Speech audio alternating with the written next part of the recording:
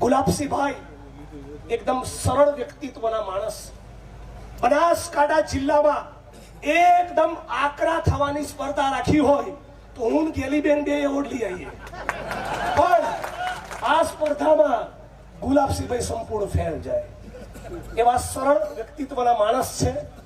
અગાઉ થરાદની ચૂંટણીમાં આપણે બધાએ એમનું નિખાલસ વ્યક્તિત્વ જોયું છે. એમના દાદાની બહુ જ મોટી શાખ, બહુ જ મોટી આબરૂ, એ મૂડી અને વિરાસતને આગળ વધારે એવું મારો ભાઈ છે.